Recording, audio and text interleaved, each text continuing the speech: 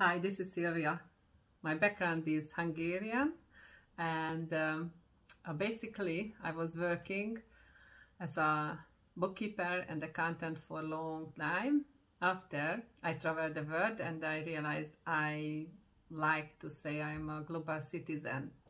I was living in the UK, in New Zealand, then I was living in Australia for more than 10 years.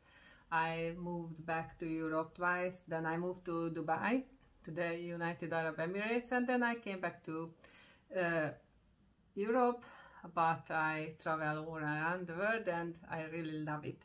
So as you can see, one of my passion is traveling. The other passion of me is neuroscience, neuroplasticity, and discover how our possibilities can change the world. One of my other passion is to change reality. So discovering like subconscious beliefs and consciously change them, it's really give us basically very cool results. So with my clients, I'm working with them on one-on-one sessions and also teaching people in my classes, courses, seminars.